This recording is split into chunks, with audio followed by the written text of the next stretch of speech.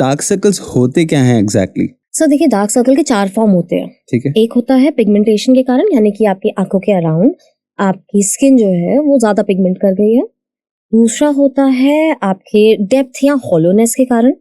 ये हॉलोनेस एक तो नेचुरली होती है कि जी बर्थ से ही आपके जो आंखें हैं वो अंदर की तरफ धसी हुई हैं, या फिर तीसरा होता है फैट पैड लॉस के कारण।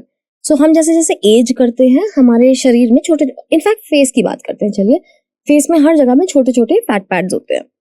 ये फैट पैड आपके फेस को एक कॉन्टूर देते हैं, एक शेप देते हैं।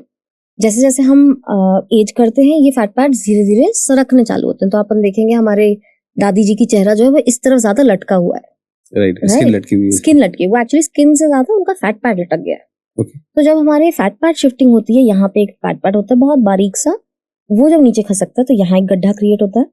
और एक होता है मिक्स टाइप, जो इन तीनों के कॉम्बिनेशन के साथ है कि जी अंदर गड्ढा भी था पहले से ही, बचपन से गड्ढा नीचे भी खसका, और साथ में वहां ओवर पिगमेंट हो गई स्किन। ओवर पिगमेंट होने के कारण हो सकते हैं कि जी या तो आप रात को काजल लगा के सोते थे, आप बहुत ज्यादा मोबाइल का, बहुत ज्यादा स्क्रीन का इस्तेमाल करते हैं, आप बहुत रोते हैं, डिप्रेशन में हैं, या आप आपका डाइटरी पैटर्न बहुत बेकार है, आपका स्लीपिंग पैटर्न बहुत बेकार है। ऐसे बहुत सारे वेरिएबल्स होते हैं कि काला क्यों पड़ा। तो फिर बेस्ट सॉल्यूशंस क्या हैं इसके डार्क सर्कल्स हटाने के? जिस कारण से डार्क सर्कल, उस कारण को हटाना, आइडेंटिफाई करना सबसे पहले। एग्जैक्टली, उसको आइडेंटिफाई करना, देन उस कारण को हटाना, उसको ट्रीट करना is the right way forward.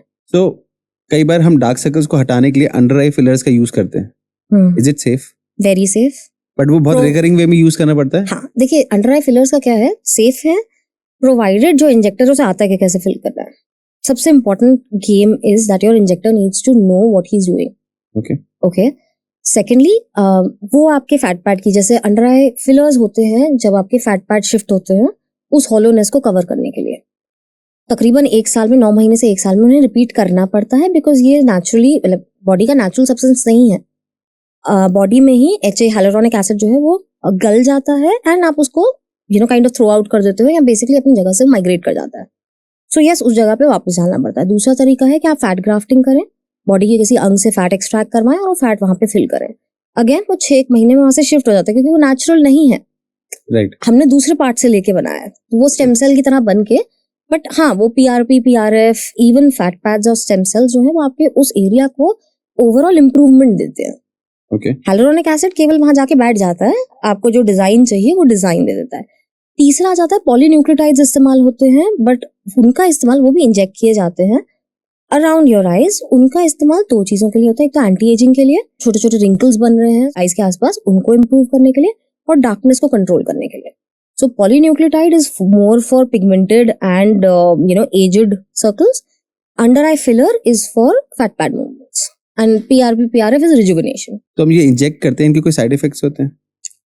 Side effects नहीं है सर, बट हाँ, आपके इंजेक्टर को इंजेक्ट करना आना चाहिए, वो एनाटॉमी समझना, ओके, किस तरह से डालना है वो समझना, एंड साथ में किस एज के पेशेंट पे डाल रहे हैं वो समझना, वो बहुत इंपॉर्टेंट है।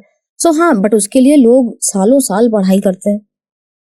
आप, अगर मैं आपसे बोलूं कि जी पड़ोसन ने खुद इंजेक्शन डाले, नहीं, दैट डजंट हैपन। लोग सालों साल पढ़ाई करते हैं, तभी there are restrictions that the government has, which is very sensible.